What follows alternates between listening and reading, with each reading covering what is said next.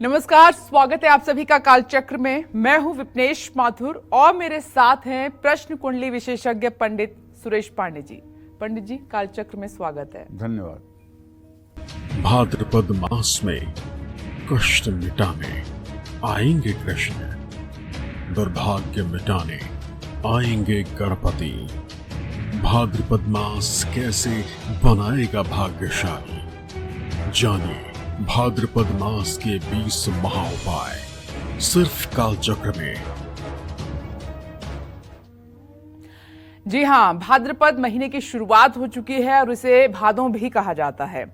और ऐसे में भाद्रपद के महीने में किन चीजों का ध्यान रखना चाहिए, किन चीजों से परहेज करना चाहिए और इस महीने में आने वाले त्योहारों का कैसे आप लाभ उठा सकते हैं, आपको लाभ उठाना चाहिए। साथ ही भाद्रपद मास में क्या खाने से बढ़ेंगे रोग, क्या खाने से बढ़ेगा पुण्य और कौन से 20 महा उपाय दूर करेंगे आपका दुर्भाग्य, इसी से जुड़ी सारी खास जानकारी देंगे आपको आज प्रश्न कुंडली विशेषज्ञ पंडित सुरेश पांडे जी कालचक्र में। तो बने रहिए आज कालचक्र के साथ। और जैसे कि हम हमेशा आपको बताते हैं, आपके मन में कोई भी सवाल है तो आप हमें फोन कर सकते हैं। इसके लिए आपको हमारा नंबर नोट करना होगा। हमारा नंबर है 012066522411। चलिए आज की अपनी खास चर्चा की शुरुआत करते हैं और जानते हैं कि शास्त्रों में भाद्रपद के महीने का क्या महत्व है और इस महीने में सबसे ज्यादा किन चीजों का ध्यान रखना चाहिए और साथ ही साथ क्या है इस महीने की महिमा, जानते हैं। पंडित जी, एक तो इस महीने की खासियत और किन बातों का बहुत ज्यादा ध्यान रखें इस महीने में। देखो विपनेश, ऐसा है, भादों का शब्द आते ही दिमाग में एक बात गूंजने लगती है। जगत के तारनहार, जगत का भार मिटाने के लिए, अधर्म का नाश करने के लिए, धर्म का उद्धार करने के लिए परम ब्रह्म परमेश्वर स्वयं साक्षात मनुष्य रूप में धरती पर आए जी। और ये बात जब याद आती है तो भादों का महीना कैसे याद नहीं आएगा।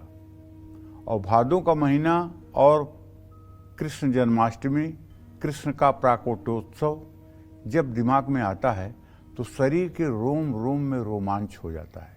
बिल्कुल। भ्रिकुट बिलोकत सृष्टि लय हुई, जिसके एक भ्रिकुटी के तन जाने से सृष्टि का लय और संहार होता है, जिसके एक इच्छा मात्र से सारी संकल्प शक्ति से सृष्टि हो जाती है, वो स्वयं नारायण मनुष्य देह में आकर के और इस पृथ्वी का भार उतारेंगे। ये भाव आते ही हृदय आनंद से परिपूर्ण हो जाता है। तो इसलिए सावन के बाद भाद्रपद मास शुरू हो चुका है। भाद्रपद मास चातुर्मास के 4 पवित्र महीनों का दूसरा महीना है, जो धार्मिक और व्यावहारिक दृष्टि से जीवन शैली में संयम और अनुशासन को अपनाने के लिए दर्शाता है। भादों का महीना भगवान श्री कृष्ण के जन्म लेने से संबंधित है। भगवान श्री कृष्ण ने भादों के महीने में रोहिणी नक्षत्र के वृषभ लग्न में, वृषभ राशि में जन्म लिया था। भादों का माह भी सावन की तरह ही पवित्र माना जाता है। जिस तरह से सावन का महीना भगवान भोले शंकर की उपासना के लिए है, उसी तरह से भादों का महीना जगत गुरु भगवान श्री कृष्ण की आराधना के लिए महत्वपूर्ण है। भाद्रपद मास हमको सिखाता है कि हमें कर्म और बुद्धि का संतुलन कैसे करना चाहिए। सनातन धर्म की परंपराओं में इस माह में जहां कृष्ण पक्ष की अष्टमी को कर्म का संदेश देने वाले भगवान श्री कृष्ण का जन्मोत्सव मनाया जाता है, वहीं भाद्रपद मास में शुक्ल पक्ष की चतुर्थी तिथि को प्रथम पूज्य देवता श्री गणेश का भी जन्मोत्सव मनाया जाता है। इस प्रकार भाद्रपद मास कर्म और बुद्धि के समन्वय और उपासना से जीवन में जटिल कार्यों में भी सफलता पाने का मार्ग दिखाता है। इसी विषय में आप लोगों से मैं कहना चाहूँगा, अच्युताष्टक। अच्युतम केशवम राम नारायणम कृष्ण दामोदरम वासुदेवम हरिम श्रीधरम माधवम गोपिका वल्लभम जानकी नायकम रामचंद्रम भजे। अच्युतम केशवम सत्यभामाधवम माधवम श्रीधरम राधिकाराधितम इंदिरा मंदिरम चेतसा सुंदरम देवकी नंदनम नंदजम संदधे। विष्णवे जिष्णवे शंखिने चक्रिणे रुक्मिणी रागिणे जानकी जानये।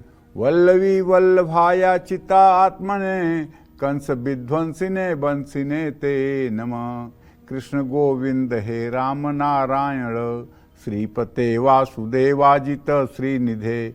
अच्युतानंत हे माधवाधोक्षज द्वारका नायक द्रौपदी रक्षक। तो कहने का मतलब यह है कि भगवान श्री कृष्ण का एक बार अगर हृदय में आपने ध्यान कर लिया, एक बार आपने अपने मनन और चिंतन में भगवान के श्री विग्रह को उतार लिया, तो समझ लीजिए आपका ये मनुष्य शरीर धारण करना सफल हो गया। आप जितने भी प्रयास करते हैं, जो भी कार्य करते हैं, सचमुच मानिए आपके 83,99,999 योनियों को पार करके ये मनुष्य योनि जो मिली है, ये प्रभु प्राप्ति के लिए मिली है। ये दाहिने हाथ से भोजन करके और बाएं हाथ से मल फेंकने के लिए नहीं हुई है। धन दौलत ईंट पत्थर लोहा गाड़ी ये संग्रह विग्रह के लिए ये शरीर नहीं प्राप्त हुआ है। इस शरीर का सच्ची उद्देश्य ये है कि आप अपने को भवसागर से पार लगा लें, और ये पार तभी हो सकते हैं जब अपलक आपके नयनों में भगवान राम भगवान कृष्ण समाहित रहेंगे। जय मां विंध्यवासिनी। चर्चा हमारी आगे भी जारी रहेगी, लेकिन अभी हम राशिफल की शुरुआत करते हुए सबसे पहले बात कर लेते हैं मेष राशि की। कैसी रहेगी आपकी आर्थिक स्थिति, कामकाज, रिश्ते, सेहत, साथ ही क्या है आज का उपाय, शुभ अंक और शुभ रंग। देखिए, आज आपके आमदनी के स्थान में, अगर आपकी मेष राशि है तो जरा ध्यान से सुनिएगा, आज आपके आमदनी के स्थान में विषयोग बना हुआ है, माने चंद्रमा शनि के साथ हो गया है। इसलिए आज अगर आप कहीं निवेश करना चाहते हैं तो आपका डिसीजन गलत होगा और उसमें आप नुकसान उठाएंगे। इसलिए मेरी सलाह है कि आज निवेश बिल्कुल ना करें। हाँ, आज आपको काम का पूरा क्रेडिट इसलिए मिल सकता है कि आपके पंचम भाव में शुक्र बुध की युति बनी हुई है और आपके दसम भाव का स्वामी शनि एकादश में है। आज अगर आप विवाह के योग्य हैं तो शादी की बात आगे बढ़ सकती है। अगर आपकी मेष राशि है तो राहु आपके 12वें घर में है और आपके द्वितीय भाव में मंगल और सूर्य की स्थिति है। कोई नशा ना करें, खास करके धुएं से संबंधित कोई नशा तो आपको बिल्कुल भूल के भी नहीं करना है। जिद छोड़ेंगे तो ही समस्या सुलझा पाएंगे। केसर का तिलक अपने माथे पर लगाएं। शुभ अंक आपके लिए 5 है, शुभ रंग आपके लिए केसरिया है। जय मां विंध्यवासिनी। और इस बीच कालचक्र दर्शक हमारे साथ फोन लाइन पर मौजूद हैं दिल्ली से। संजीव जी, स्वागत है आपका कालचक्र में। अपना प्रश्न पंडित जी से कीजिए। प्रणाम पंडित जी। हाँ, सदा सुखी रहे भैया। संजीव बोल रहा हूँ पंडित जी। हमारा डेट ऑफ बर्थ है 15 जुलाई 1958 सुबह 8 बजे का। पंडित जी, हमारी बिटिया है श्वेता, उसका ऑपरेशन है, उसका जन्म है 26 सितंबर 1984 सुबह 6 बजे का। 26 तारीख को सुबह ऑपरेशन है, तो कृपा करके बताइए कि ऑपरेशन सक्सेसफुल होगा, हम कराएं या भी रुक जाएं। किस चीज का ऑपरेशन है? वो लेडीज का सिस्ट का होता है पंडित जी। हाँ, आप एकदम बिल्कुल चिंता मना करें। आपके पुत्री भाव का स्वामी जो है बुध है और छठे भाव का स्वामी मंगल है। आप एकदम निश्चिंत होकर के ऑपरेशन कराएं, किसी प्रकार की कोई दिक्कत नहीं आएगी, किसी प्रकार की कोई दिक्कत नहीं आएगी। आप एकदम निश्चिंत होकर के ऑपरेशन कराएं।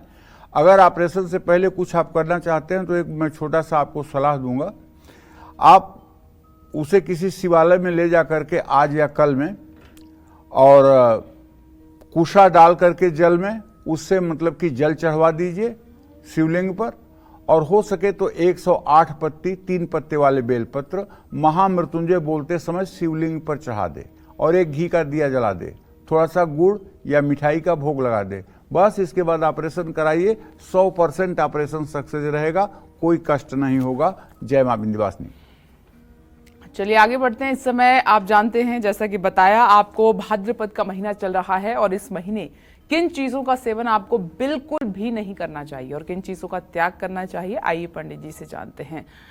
पंडित जी, ये महीना अपने आप में बहुत अहम है, पवित्र भी है, भगवान श्री कृष्ण का जन्म का महीना है, तो कौन सी चीजें हैं जिनका सेवन हम कर सकते हैं और त्याग किन चीजों का करना है? देखो, बचपन से जब हम नहीं जानते थे कि चतुर्मास क्या होता है, बचपन में जब हम नहीं जानते थे कि ये सावन भादों क्या होता है, तो उस समय से अपने बुजुर्गों के मुंह से सुनते आ रहे हैं कि सावन साग न भादों दही, कुआर दूध न कार्तिक मही।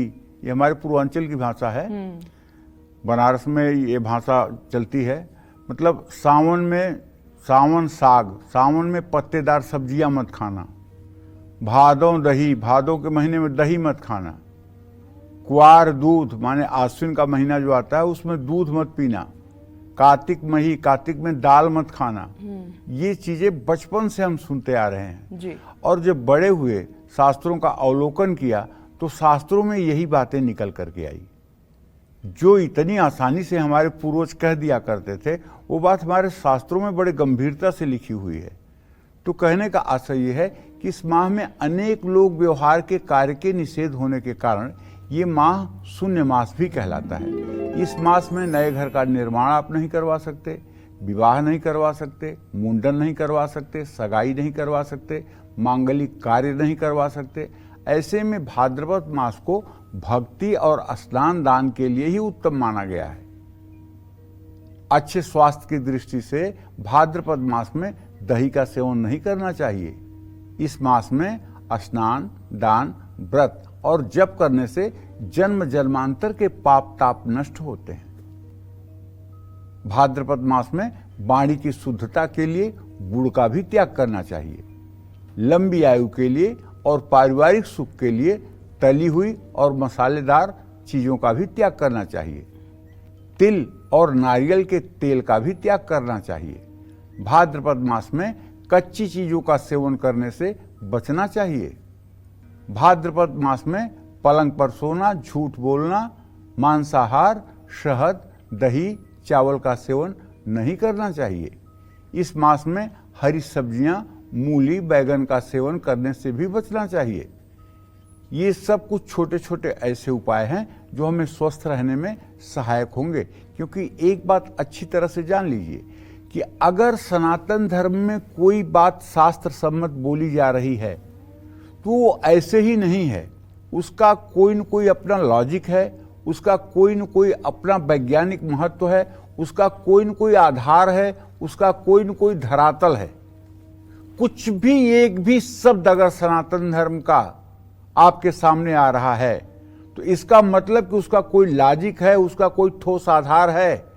ऐसे ही नहीं कि ये कर लीजिए, ये कर लीजिए, ये कर लीजिए ना, उसका ठोस कारण है, इसी कारण से वो कार्य होता है, इसमें कोई संशय नहीं है। जय मां विंध्यवासिनी।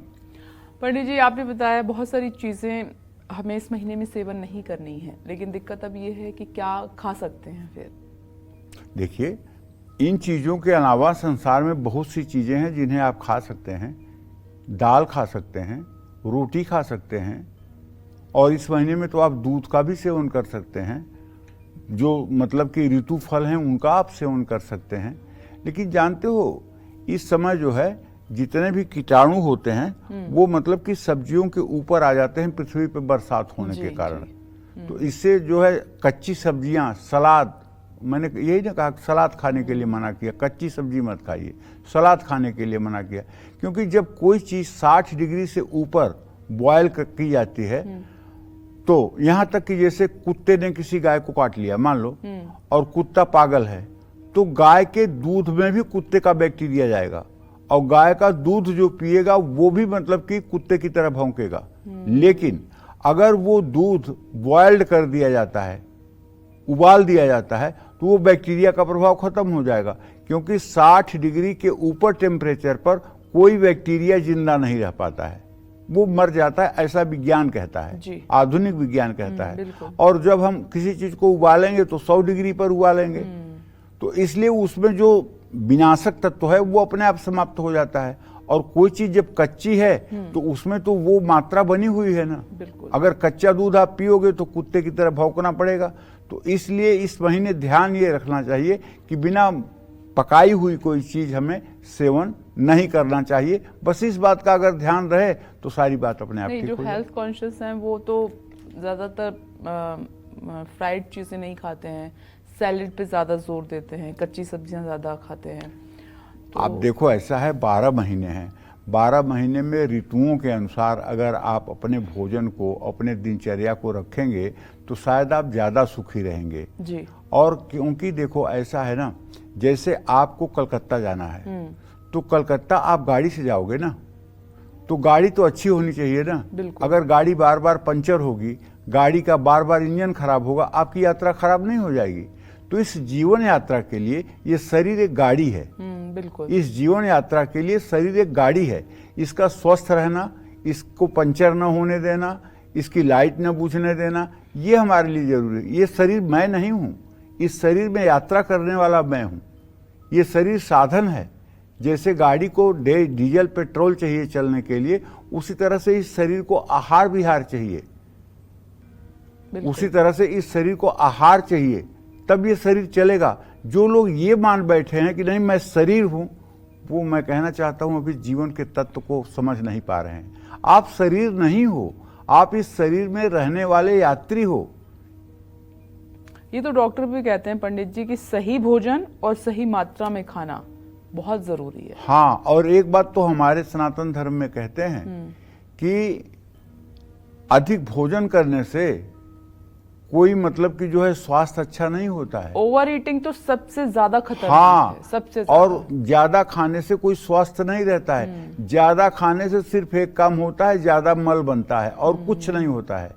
भोजन उतना ही करना चाहिए जिससे शरीर का निर्वाह होता रहे और शरीर स्वस्थ रहे। इसीलिए हमारे क्या करें सनातन लोग, स्वाद में जीभ का क्या करें, कंट्रोल नहीं है। देखो ऐसा स्वाद है, में इतना भोजन कर लेते हैं कि शरीर के लिए ऐसा है हानिकारक विपनेश, जीभ जो है हमारी एक इंद्री है। 5 इंद्रियों में एक इंद्री है जिह्वा, ठीक है। तो जब मनुष्य इंद्रियों के वशीभूत हो जाता है तब उसका पतन हो जाता है। और जितने लोग हैं जेल में बंद इस समय, वो सब अपने इंद्रिय भोग के कारण ही जेलों में बंद हैं। किसी के कान में बात सुनी, गुस्सा आया, किसी का मर्डर कर दिया। किसी के जिह्वा से बड़ा स्वाद लेने के लिए गलत काम कर दिया। किसी ने जननांग के सुख के लिए बलात्कार जैसा काम कर दिया। और उसका परिणाम ये हुआ कि सब जेलों में हैं। तो जब हम इन विषयी इंद्रियों के वशीभूत होकर के कार्य करते हैं तो हमारी यहाँ भी गति बिगड़ती है और वहाँ चित्रगुप्त के यहाँ भी गति बिगड़ती है। इसलिए कभी इन इंद्रियों के वशीभूत नहीं होना चाहिए। इंद्रियां अगर कुछ कह रही हैं मन से, तो मन को चाहिए कि वो बुद्धि से परामर्श करे और बुद्धि को चाहिए कि वो विवेक से पूछे कि क्या ये उचित है या अनुचित है। जब तक बुद्धि मन को सहमति नहीं देगी तब तक चिंतन नहीं होगा, और जब तक चिंतन नहीं होगा तब तक कार्य नहीं होगा।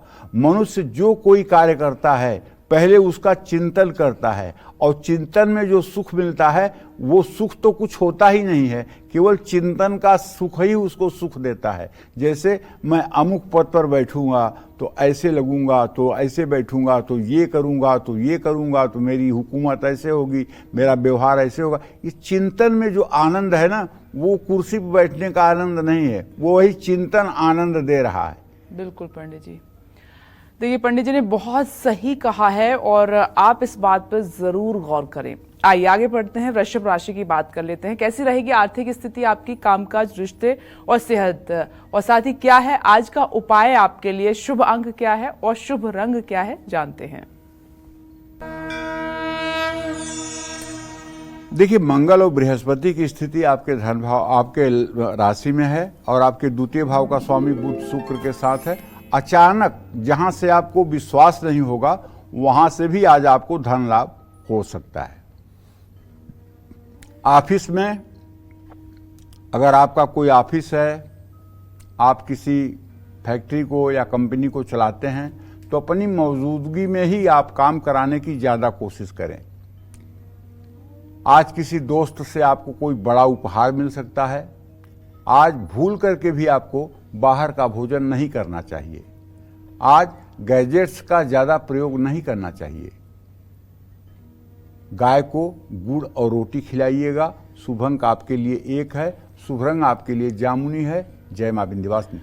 अब अपनी चर्चा को और आगे बढ़ाते हुए बात कर लेते हैं भाद्रपद महीने में किन चीजों का सेवन करना चाहिए और किस धार्मिक पुस्तक का पाठ करना चाहिए, किस रंग के कपड़े पहनने चाहिए। आइए अब ये जान लेते हैं। कोई धार्मिक पुस्तक पंडित जी जो इस महीने में खास तौर पर पढ़ें, और जो कपड़ों का रंग है वो कैसा होना चाहिए? देखिए, भाद्रपद मास में पीले रंग के कपड़े ज्यादा से ज्यादा पहनने चाहिए। भाद्रपद मास में भगवत गीता का पाठ करना चाहिए। जिनके घर में लड्डू गोपाल की मूर्ति नहीं है वो भाद्रपद मास में अष्टमी के दिन इन्हें अपने घरों में स्थापित कर सकते हैं। और या अगर आप लड्डू गोपाल की प्रतिमा वृंदावन से लाते हैं तो आप समझिए कि आपका जन्म धन्य हो जाएगा। शारीरिक शुद्धि या सुंदरता के लिए संतुलित मात्रा में पंचगव्य का भी सेवन 1 से 2 बार करना चाहिए। पंचगव्य क्या है भाई? गाय का दूध, गाय का घी, गाय की दही, गाय का मूत्र, गाय का गोबर, ये 5 चीजों को मिलाकर पंचगव्य होता है। और हमारे शास्त्र में ये वर्णित है कि जो लोग ये 3 बार इसका प्राशन करते हैं, अर्थात 3 बार इसको चखते हैं, वो 21 दिन तक उनका शरीर हर प्रकार से शुद्ध रहता है। जब मनुष्य कोई यज्ञ यज्ञादिक अनुष्ठान के लिए तैयार होता है तो उसका पहले 10 विधि स्नान कराया जाता है और स्नान के बाद उसे पंचगव्य का प्राशन कराया जाता है। संतान सुख के लिए नियमित गाय का दूध पी सकते हैं, नियमित पानी में गौमूत्र डालकर स्नान कर सकते हैं, सुबह शाम स्नान कर सकते हैं। पापों के प्रायश्चित और नाश के लिए, पुण्य की प्राप्ति के लिए एक समय बिना मांगा हुआ भोजन खा सकते हैं या एक समय व्रत कर सकते हैं। भगवान कृष्ण को जो भी भोग सामग्री आप अर्पित करें उसके साथ तुलसी का पत्ता जरूर डालें। चाय या दूध में भी उबाल करके अगर आप तुलसी का सेवन भादों के महीने में करेंगे तो संक्रामक बीमारियों से भी आप बचे रहेंगे। जय मां विंध्यवासिनी। अब आगे बढ़ते हुए मिथुन राशि की बात कर लेते हैं। कैसा रहेगा दिन आपका, जानते हैं।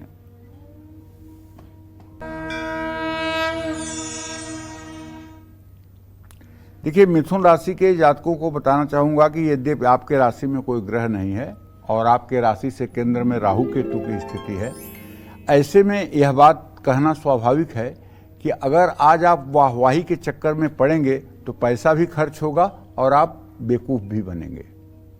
आज आप क्रिएटिव काम करेंगे, इसमें कोई दो राय नहीं। आज किसी अपने की कमी महसूस होगी। आज मौसमी बीमारियां परेशान कर सकती हैं। आज गुस्सा बिल्कुल मत करिए। पानी में हल्दी डालकर स्नान करिए। शुभ अंक आपके लिए 2 है, शुभ रंग आपके लिए आसमानी है। जय मां विंध्यवासिनी। और अब बात करेंगे कर्क राशि की। कैसा रहेगा आपका दिन आज का, कितना भाग्य आपका साथ देगा, जानते हैं। देखिए, आपका राशि स्वामी चंद्रमा इस समय मृत्यु भाव में है, आपके मृत्यु भाव में, मतलब आपके राशि से 8वें स्थान में। और आपके धन भाव का स्वामी जो है वो सूर्य भले स्वगृही है, लेकिन चंद्रमा और सूर्य की स्थिति परस्पर सप्तम होने के कारण, चंद्रमा के 20 योग में होने के कारण आज आपको बहुत सोच समझकर कोई डिसीजन लेना चाहिए। मैं नहीं कह रहा हूं कि आप गलत डिसीजन ही लेंगे, लेकिन जरा धैर्य पूर्वक डिसीजन लेंगे तो आपके लिए फायदेमंद होगा। आज आपका वैवाहिक जीवन सुखी रहेगा। नेगेटिव सोच पर लगाम लगाएं, वरना तबीयत बिगड़ सकती है। यात्रा के दौरान सतर्कता बरतें। विष्णु जी को पीले वस्त्र अर्पित करें। शुभ अंक आपके लिए 5 है, शुभ रंग आपके लिए हल्का पीला है। जय मां विंध्यवासिनी। भाद्रपद महीने की शुरुआत हो चुकी है और इस भाद्रपद महीने में कौन से उपाय और दान दिलाएंगे मां लक्ष्मी की महाकृपा आपको, और टालेंगे आपका हर बड़ा संकट और दिलाएंगे आपको महापुण्य।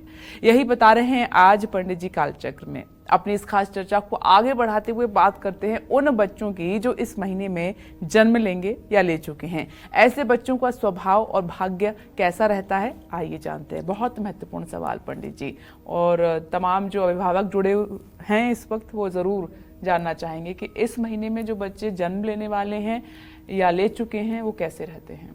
पहली बात तो ये जानो कि जो ले चुके हैं वो तो पूरे विश्व में पूजित हैं। एक लाइन की बात है जी।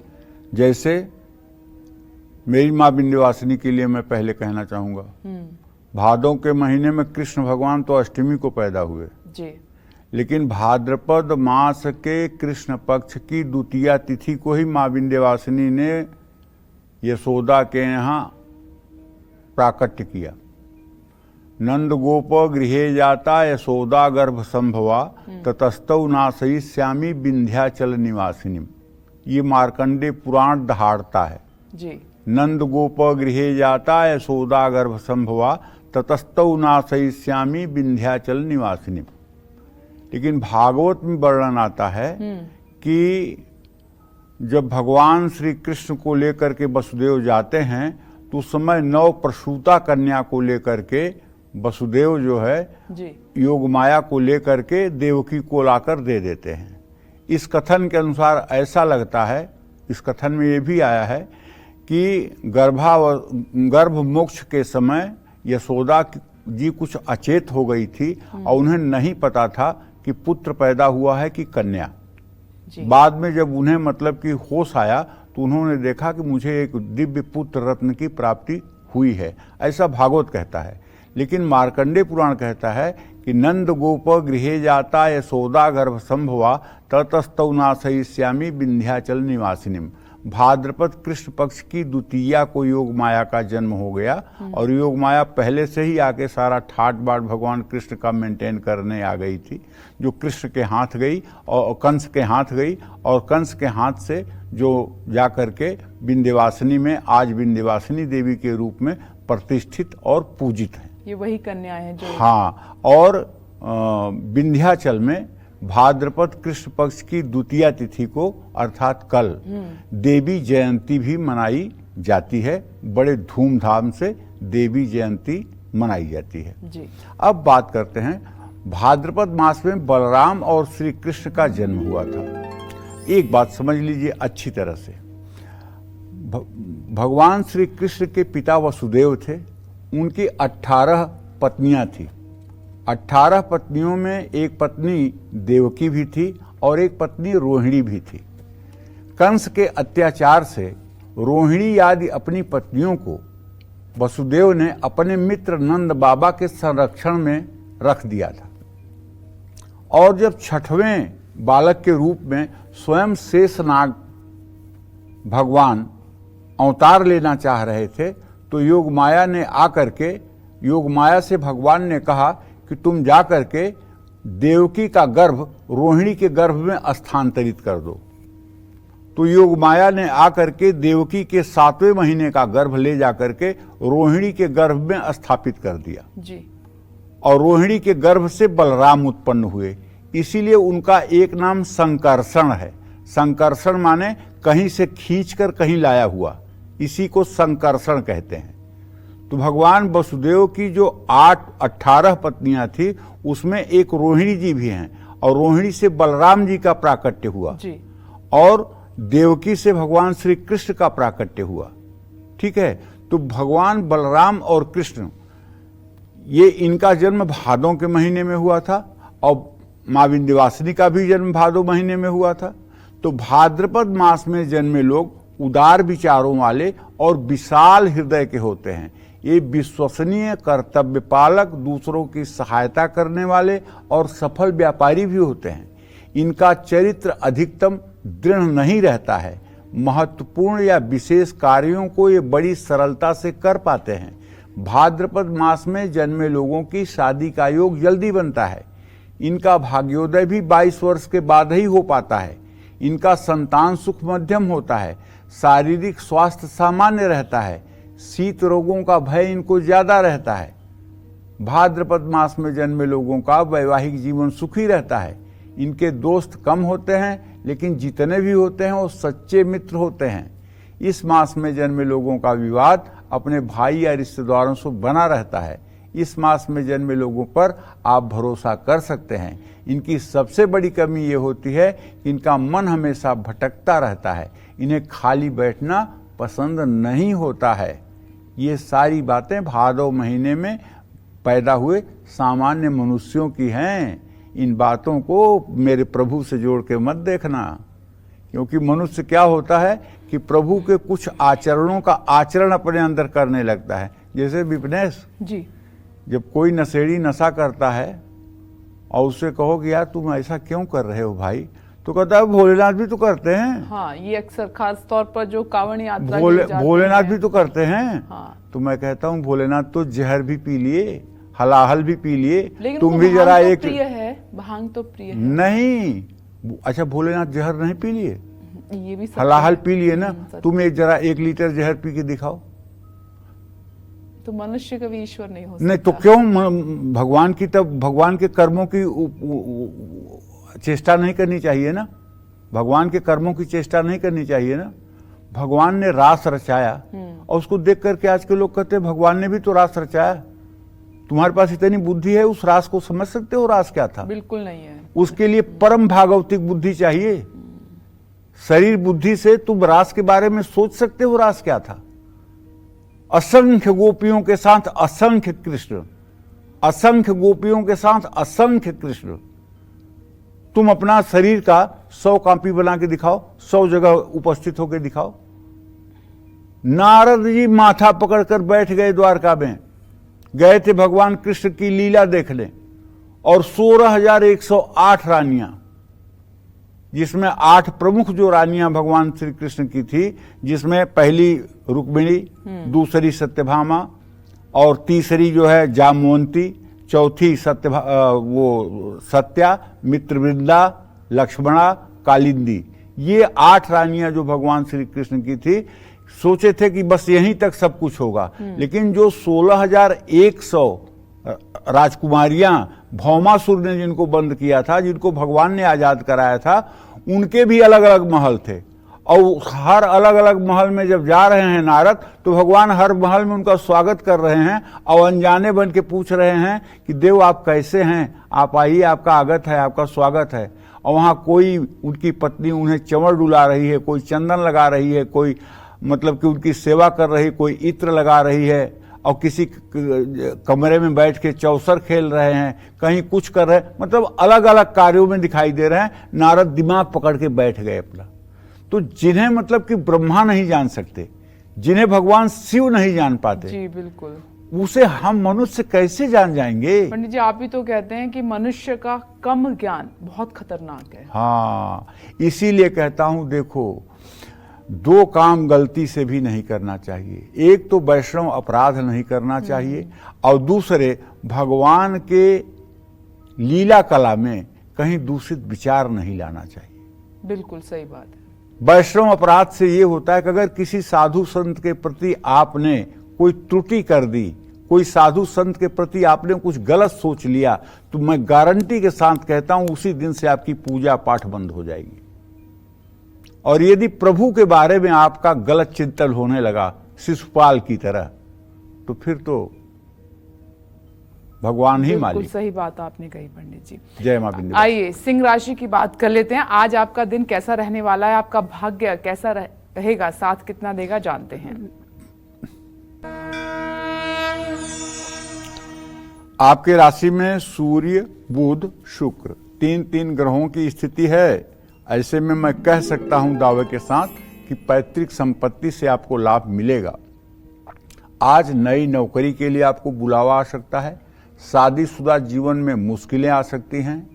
आज किसी अपने के साथ घूमने जाएंगे। रिश्तों का आदर करें, वरना अपने आप में दूर हो सकते हैं। आज अपने घर में एक पौधा लगाएं।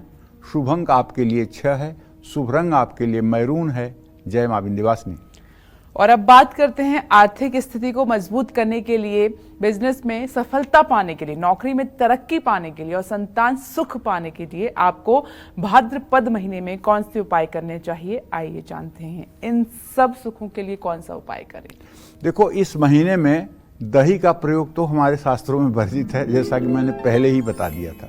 लेकिन अगर पूरे भाद्रपद मास में श्री कृष्ण को पंचामृत से स्नान कराया जाए, भाई अगर आपके घर में लड्डू गोपाल हैं या आपके पास प्रभु की कोई सेवा विग्रह के लिए है, कोई विग्रह है सेवा के लिए, तो आप दक्षिणावर्ती शंख में दिव्य पंचामृत भर करके और पुरुष सूक्तम के मंत्रों को बोलते हुए, भाई पुरुष सूक्त का मंत्र कठिन है। ओम सहस्र शीर्षा पुरुष सहस्राक्ष सहस्रपाद सह भूमि ग्वं सर्वता स्मृत्वा ततिष्ठ दशांगुलम पुरुष वेद सर्व यद्भूतम यच्च भाव्यम उतामृत शेषानो जदनेन्नातिरोहति। इस तरह से 16 मंत्रों का जो समूह है उसको पुरुष सूक्त कहा जाता है। तो कोई बात नहीं, आज मोबाइल एक बड़ा वरदान बन गया है। अगर ये थोड़ा बुराई कर रहा है तो कुछ अच्छाई भी कर रहा है। इसमें अपना YouTube खोल लीजिए और उसमें लिखिए पुरुष सूक्तम और उसको बजा दीजिए।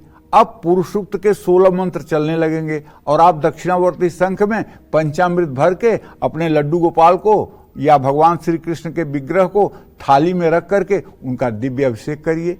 आपका जीवन सफल हो जाएगा, आपकी मनोकामना पूरी हो जाएगी, आपका जीवन धन्य हो जाएगा।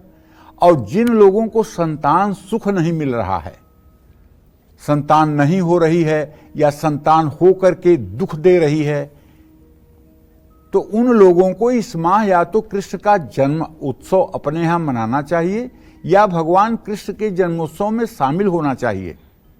लेकिन ऐसा नहीं है पूरे भारत के लोग इकट्ठा होकर मथुरा चले जाइए और वहां की प्रशासन व्यवस्था अस्त व्यस्त हो जाए। ये मैं नहीं कह रहा हूं। भगवान हर जगह जन्म ले लेंगे, आपके घर में भी जन्म ले लेंगे। आप केवल उनका जन्मोत्सव मनाइए, आपके घर में वो आएंगे। कहते हैं संत ना, कहूं कहाँ जहां प्रभु नाही, ऐसी कोई जगह बताओ विश्व में जहां प्रभु न रहते हो। कण कण में रहते हैं, कण कण में रहते हैं, जहां आप देखोगे वहीं रहेंगे। और अपना आत्मविश्वास बढ़ाने के लिए भैया श्रीमद् भगवद गीता का पाठ करिए, ये परिणाम शुभ देगा। इस महीने में लड्डू गोपाल और शंख की स्थापना भी आप अपने घर में कर सकते हैं अगर अभी तक नहीं किए हैं। इससे संपन्नता आती है। कानूनी विवाद में व्यर्थ में अगर फंसे हुए हैं तो बेलपत्र पर मावा रखकर शिवलिंग पर अर्पित करें। नौकरी में तरक्की पाने के लिए भाद्रपद मास में भगवान श्री कृष्ण को खीर का भोग लगाएं। आर्थिक स्थिति को मजबूत करने के लिए इस मास में अपने घर में शंख रखें।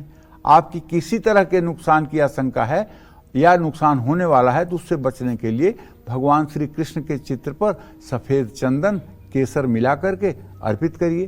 प्रोफेशनल जिंदगी में सफलता चाहते हैं तो भाद्रपद महीने में कृष्ण को खीर का भोग तुलसी का पत्ता डालकर जरूर लगाएं और मजदूरों को भी खिलाएं। कारोबार में सफलता के लिए श्री कृष्ण पर सफेद धागा अर्पित करें। दूसरे दिन उस धागे को अपने गले में, अपने काउंटर में, अपने कैश काउंटर में रख सकते हैं। जय मां विंध्यवासिनी। पंडित जी, संतान सुख की प्राप्ति के लिए माता पिता क्या नहीं करते हैं, लेकिन कल मैं एक छोटी सी बात आपसे शेयर करना चाहती हूँ। कल 3 ऐसे मामले आए मेरे सामने जिसने मुझे बहुत विचलित किया और ये सत्य है, मैं उन लोगों को जानती हूँ। उसमें से 2 लड़के अपने माता पिता के साथ मारपीट करते हैं और एक लड़के ने यहाँ तक मजबूर कर दिया अपनी माँ को कि वो भीख मांगते ही उनकी मृत्यु हो गई। और तीसरा परिवार ऐसा था कि दोनों लड़कों ने इस कदर माँ को बर्बाद कर दिया कि अपना मकान बेचकर आज किराए पर वो भटक रहे हैं। ऐसे बच्चों के लिए आप क्या कहना चाहेंगे? क्योंकि संतान सुख की बात हो रही थी, इसलिए मुझे ये जहन में आई बात। इसके लिए तो मैं यही कहूँगा कि माता पिता की परवरिश दोषी है। इसके लिए तो मैं यही कहूँगा। देखो विपनेश, ऐसा है, मुझे ऐसा लगता है इससे बड़ा नहीं, पाप आप कुछ मेरी नहीं बात है। सुनो, पाप तो है, सही कह रही हो, लेकिन जरा जैसे पीपल के पेड़ के जड़ में जल देते हैं तो पत्तों तक पानी जाता है ना, उसी तरह से आपका प्रारब्ध कैसा है। प्रारब्ध मतलब न तो आपने आध्यात्मिक शिक्षा बच्चों को दी, न तो भगवत सेवा की शिक्षा दी, न तो गुरु सेवा की शिक्षा दी, न माता पिता के प्रति आचरण आपने सिखाया। आपने उनको अपने पास बुलाया और केवल 2 बात सिखाया कि देखो, माँ तू पिता बालकन बुलाई, उदर भरई सोई धर्म सिखाई। मतलब पेट पालन कैसे होगा, केवल एक शिक्षा आपने दी है। जब उसको आपने एक शिक्षा दी है कि अपना पेट कैसे चलाएगा, तो उसका पेट चलने में अगर आप बाधक हो रहे हैं तो आपको भी मारेगा। मातु पिता बालकन, कलयुग का महात्मा लिखते हैं गोस्वामी तुलसीदास जी, मातु पिता बालकन बोलाई, उदर भरई सोई धर्म सिखाई। और दूसरी बात लिखते हैं, सुत मातु पिता मनि है तबलों, दिखी है न जब तक अबलानन को। तभी तक माता पिता को वो लड़के मानेंगे कलयुग में जब तक अपने बीबी का, अपने पत्नी का मुंह नहीं देखेंगे। जिस दिन पत्नी का मुंह देख लेंगे उस दिन माता पिता के मुंह देखने की कोई जरूरत नहीं है। इसलिए मैं अपने सभी दर्शकों से हाथ जोड़कर निवेदन करता हूं कि आप अपने घरों में कभी किसी वैष्णव संत को बुलाइए, अपने गुरु महाराज को बुलाइए, उनका चरण धोइए, उनका चरणामृत लीजिए, चरण का जल पूरे घर में छिड़किए। इससे आपके बच्चे के अंदर संस्कार जागृत होगा। और हर मनुष्य में भगवान है, ऐसा अपने घर में एक वातावरण बनाइए। माता पिता प्रातःकाल उठकर रघुनाथा, मातु पिता गुरु नाम ही माथा। अपने सास ससुर का बढ़िया से सेवा करिए, अपने सास ससुर के प्रति समर्पित रहिए। ये देखकर आपका बच्चा आपके प्रति समर्पित हो जाएगा। आपने अपने माँ बाप को तो ऐसी तैसी कर दिया और आप अपने बच्चे से सोच रहे हो कि मतलब कि बस मैं मतलब कि जो है स्वर्ग में और मेरा बेटा श्रवण कुमार हो जाए, मैं पालकी में बैठकर घूमूं और मैंने सास ससुर की जो दुर्गति की वो दुर्गति की। नहीं, ये हमारा प्रारब्ध है, जो हमने बोया है वही काट रहे हैं। इसमें मोहित होने की बात नहीं है। जय मां विंध्यवासिनी। ठीक है, चलिए कन्या राशि की अब बात कर लेते हैं। कैसा रहेगा दिन आपका, ये जानते हैं। कन्या राशि में भैया केतु की स्थिति है। आपसे क्या कहूं मैं, देखिए बुरा मत मानिएगा, लेकिन अगर कोई पैसे को लेकर के आज चालाकी भरी योजना आप बनाएंगे या किसी चालाकी भरी योजना के शिकार होंगे तो नुकसान लंबा होगा। इसलिए बहुत लंबे लाभ के लिए किसी लालच में न आए। काम के जो भी डॉक्यूमेंट्स हैं उनको संभाल करके रखिए। आज भाई या बहन का सहयोग मिल सकता है, आज किसी पुरानी बीमारी से आराम मिल सकता है। आज पैसा उधार बिल्कुल ना दें। आज गाय को गुड़ रोटी खिलाएं। शुभ अंक आपके लिए 9 है, शुभ रंग आपके लिए सफेद है। जय मां विंध्यवासिनी। सुखी वैवाहिक जीवन पाने के लिए, परिवार में खुशहाली पाने के लिए और हर मनोकामना को पूरा करने के लिए भाद्रपद महीने में कौन से उपाय और दान करने चाहिए, आइए जान लेते हैं। पंडित जी बताएं। देखो, परिवार में खुशहाली बनाए रखना चाहते हैं तो भाद्रपद मास में आप सुबह शाम राधा कृष्ण का विधि विधान से पूजन करें, आरती करें। दाम्पत्य जीवन को सुखी बनाए रखने के लिए पति पत्नी राधा कृष्ण मंदिर जाकर दीपक जलाएं। आप किसी से प्यार करते हैं और उनके साथ अपना जीवन आगे बढ़ाना चाहते हैं तो राधा कृष्ण की प्रतिमा पर गुलाबी फूल अर्पित करें। और किसी भी मनोकामना की पूर्ति के लिए पूरे भाद्रपद मास में भगवान श्री कृष्ण को पंचामृत का भोग लगाकर प्रसाद रूप में आप खुद भी ग्रहण करें। भाद्रपद मास में सुबह जल्दी उठकर सूर्य को जल चढ़ाएं। भाद्रपद मास में जरूरतमंद लोगों को धन और अनाज का दान करें। भाद्रपद अमावस्या में पितरों की शांति के लिए दान और पूजन करें। शाम को पीपल के पेड़ के नीचे सरसों के तेल का 7 दिया जला करके 7 परिक्रमा करें। जय मां विंध्यवासिनी। अब आइए तुला राशि की बात कर लेते हैं। आपका दिन कैसा रहने वाला है, साथ ही आपका भाग्य कैसा है, जान लेते हैं। तुला राशि के जातकों को बताना चाहूंगा कि आपका राशि स्वामी शुक्र भले ही इस समय एकादश भाव में है, लेकिन स्थिति तो ये है कि सूर्य और बुध के साथ है। घरेलू काम पर बजट देख करके खर्च करिए। और विद्यार्थी अगर आप हैं तो अपनी पढ़ाई पर ध्यान दीजिए। परिवार के साथ आपका अच्छा समय व्यतीत होगा। स्वास्थ्य आपका अच्छा रहेगा। खुद के लिए कुछ समय निकालिए। राम दरबार की पूजा करिए। शुभ अंक आपके लिए 6 है, शुभ रंग आपके लिए नीला है। जय मां विंध्यवासिनी। इस बीच एक दर्शक फोन लाइन पर मौजूद है, उनसे पहले बात कर लेते हैं। मंजू जी छपरा से हमारे साथ जुड़ गई हैं, स्वागत है आपका। अपना प्रश्न पंडित जी से कीजिए। चलिए उनसे संपर्क हमारा नहीं हो पाया, लेकिन यूपी से ब्रजेश जी मौजूद हैं, स्वागत है। अपना सवाल कीजिए पंडित जी से। ब्रजेश जी ठीक है, इनसे भी अभी हमारी बात नहीं हो पा रही है, लेकिन हम आगे बढ़ रहे हैं, अगली राशि की बात कर लेते हैं। देखिए, लगातार पंडित जी आपको बता ही रहे हैं कि किस तरह से आपको भाद्रपद महीने में जो है इन बातों का ध्यान रखना है, किन चीज़ों को नहीं करना है और किन चीज़ों को करना है। वृश्चिक राशि की बात कर लेते हैं, आज का दिन आपका कैसा रहेगा, आइए जानते हैं। वृश्चिक राशि के जातकों को बताना चाहूंगा कि आपके व्यय भाव का स्वामी शुक्र आपके दसम भाव में है, तो भाई आज आपको काम से जुड़ा कुछ नुकसान भी हो सकता है। ऑफिस में अपना व्यवहार ठीक रखिए, एटीट्यूड बिल्कुल मत दिखाइए। किसी करीबी से कोई शुभ समाचार मिल सकता है। बुखार जुकाम में परेशान हो सकते हैं, किसी का भी अनादर न करें। आज शिवलिंग पर जल चढ़ाएं। शुभ अंक आपके लिए 4 है, शुभ रंग आपके लिए हरा है। जय मां विंध्यवासिनी। और अब हमारे साथ नेक्स्ट कॉलर कालचक्र दर्शक अनीता जी दिल्ली से जुड़ गई हैं। स्वागत है आपका, प्रश्न कीजिए अपना पंडित जी से। अनीता जी। पंडित जी प्रणाम। सदा सुखी रहिए अनीता। पंडित जी मेरा बेटा और पति को लेके प्रश्न है। क्या किसको लेके प्रश्न है? मेरा बेटा है और पति जी। मेरा बेटा 15/12/2010 में पैदा हुआ है, जोधपुर में, सुबह 8:38। क्या जानना चाहती हो? पंडित जी वो 9वीं क्लास में पढ़ रहा है, पढ़ाई में मन नहीं लग रहा है, इस कारण से घर में लड़ाई झगड़ा हो जाता है और आगे चलकर वो क्या करेगा? और राम रक्षा स्तोत्र का आप सुबह शाम पाठ करना शुरू कर दीजिए स्वयं, और राम दरबार की पूजा करना शुरू कर दीजिए, और प्रभु श्री राम से रोज सुबह शाम हाथ जोड़कर प्रार्थना करिए कि वो आपके बेटे के बुद्धि में परिवर्तन लाएं और वो अपने उत्तरदायित्व को ठीक ढंग से समझ सके। आपकी प्रार्थना साकार हो जाएगी, बेटे का पढ़ाई में मन लगेगा। अभी बेटा आपका 14 साल का है, आप बिल्कुल मत डरिए, आगे ठीक होने की संभावना अभी है। आप समय से जाग जाइए तो ठीक होगा। बस 1 घंटे सुबह शाम आप प्रभु श्री राम के शरण में हो जाइए और उनसे प्रार्थना करिए। देखिए, समझाने से कोई समझने वाला नहीं है। जगत को प्रेरित करना और जगत की मति बदलना ये उन्हीं का काम है, उन्हीं प्रभु का काम है। तो अगर आप 1-1 घंटे सुबह शाम राम दरबार में ही आप पूजा पाठ में अपने को लगा दें और उनसे आप प्रार्थना करें, तो मैं दावे के साथ कह सकता हूं, ताकर सदा करहु रखवारी, जिम बालक राखई महतारी। वो चाहे जैसे आपके बेटे को लायक बना देंगे, ऐसा मेरा विश्वास है। अगर ऐसा आपका भी विश्वास होगा तो आपका बेटा ठीक हो जाएगा, इसमें अनीता जी कोई दो राय नहीं है।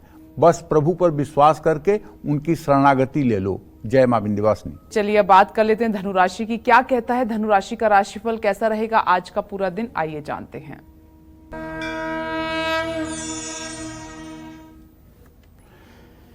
देखिए, धनु राशि के जातकों को बताना चाहूंगा कि आपका राशि स्वामी बृहस्पति मंगल के साथ अभी भी मीन राशि में ही है, वृषभ राशि में है। तो ऐसे में पैसों से जुड़ा मसला हो सकता है, हल हो सकता है। कारोबार में छोटी मोटी परेशानियां भी आपको दिखाई देंगी, लेकिन उसका आप समाधान कर लेंगे। कोई करीबी व्यक्ति से आपको शुभ समाचार मिलेगा। लेकिन मैं आपसे ये जरूर कहना चाहूंगा कि चूंकि बृहस्पति की स्थिति आपके राशि से 6ठे भाव में है, इसलिए आप अपने स्वास्थ्य को लेकर के तो लापरवाही न बरतें। और खास करके अगर लीवर की डिजीज है, आपको लीवर से संबंधित कोई समस्या है, तो फिर तो भाई आप अपने खान पान पर विशेष ही ध्यान रखिए। परिवार और काम दोनों में तालमेल बना करके रखिए। बजरंग बाण का पाठ करिए। शुभ अंक आपके लिए 9 है, शुभ रंग आपके लिए लाल है। जय मां विंध्यवासिनी। उदयपुर से टीना जी हमारे साथ फोन लाइन पर मौजूद हैं। कालचक्र दर्शक, स्वागत है। अपना सवाल टीना जी पंडित जी से पूछिए। पंडित जी राधे राधे। श्री राधे। पंडित जी, मैं मेरे हस्बैंड के बारे में पूछना चाहती हूँ। उनका नाम स्वरूप है, डेट ऑफ बर्थ है 13 नवंबर 1985 और टाइम है 10:15 सुबह, नागौर राजस्थान। जी पंडित जी, वो जॉब चेंज करने का सोच रहे हैं, लेकिन कोई अच्छा संतोषजनक ऑफर नहीं आ रहा है। कृपया कोई उपाय बताइए अच्छे ऑफर के लिए। और इनका भविष्य कैसा रहेगा पंडित जी? दूसरी संतान का योग कब तक है? देखिए, मैं बताना चाहूंगा कि यदि आपके पतिदेव अच्छी नौकरी चाहते हैं तो एक महा उपाय बता रहा हूं 7 दिन लगातार मंगलवार से शुरू करके 7 दिन लगातार 100 पाठ हनुमान चालीसा के करें और जब तक पाठ करें तब तक दिया जलता रहे, चाहे शाम को कर लें चाहे सुबह कर लें। और अगर संभव हो तो हनुमान जी का चित्र लगा करके उनको लाल चंदन का तिलक लगा करके लाल फूलों की माला चढ़ा करके और तब ये पाठ करें। और पाठ करते समय थोड़ा सा बतासा या लड्डू रख करके तुलसी का पत्ता उसमें डाल करके भोग लगाएं और उसे परिवार में बांटें। 7 दिन लगातार वो स्वयं या आप अगर ये अनुष्ठान कर लें तो निश्चित रूप से आजीविका अच्छी हो जाएगी, इसमें कोई संशय नहीं है। हाँ, जहाँ तक आपने संतान के बारे में प्रश्न पूछा है तो द्वितीय प्रश्न का उत्तर ये है कि बुध शुक्र के साथ है। अब आप जब चाहें तब आपके दूसरे संतान का योग बन सकता है। 2025 में आपको संतान की प्राप्ति पुनः हो सकती है। अगर आप बहुत भागवतिक और बहुत उत्तम परमाणु से युक्त बच्चा चाहती हैं तो उसके पहले मैं आपसे कहूँगा कि आप कम से कम 1-2 महीने पहले रामायण का पारायण कर डालिए। रामचरितमानस जो है उसका मास पारायण कर डालिए। पूरे रामायण को 1 महीने में पढ़ डालिए, उसके अर्थ को समझिए और उस तरह से अपना जीवन जीने की कोशिश करिए। निश्चित रूप से बहुत अनूप और अद्वितीय बालक पैदा होगा। जय मां विंध्यवासिनी। चलिए आगे बढ़ते हुए बात कर लेते हैं मकर राशि की। जानते हैं कि आपका भाग्य आपका कितना साथ आज देगा।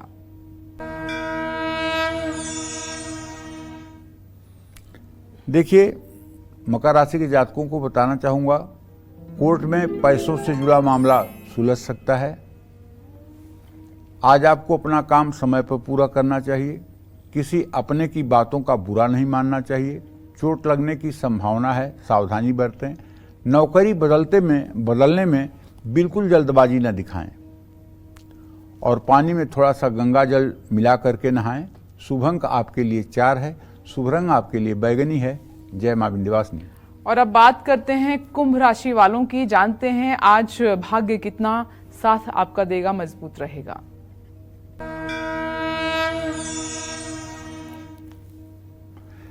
देखिए, कुंभ राशि के जातकों को तो ये कहना चाहूंगा कि आपको बड़ों की सलाह से धन लाभ हो सकता है। नया काम शुरू करने के लिए दिन अच्छा है। आज आप नए रिश्ते भी बना सकते हैं। यात्रा करने की वजह से सेहत बिगड़ सकती है। किसी भी अपने को गुप्त बात ना बताएं। हनुमान चालीसा का पाठ करें। शुभ अंक आपके लिए 5 है। शुभ रंग आपके लिए भूरा है। जय मां विंध्यवासिनी। और अब बात करेंगे मीन राशि की। जानते हैं कि आपका दिन आज कैसा रहने वाला है। मीन राशि के जातकों को बताना चाहूंगा कि ग्रह स्थिति देखते हुए तो यही कहा जा सकता है बृहस्पति के कारण कि अगर आप थोड़ा सा भी लापरवाही और लालच करेंगे तो ऑनलाइन आपकी ठगी हो सकती है। आज उच्चाधिकारियों का आपको साथ मिलेगा।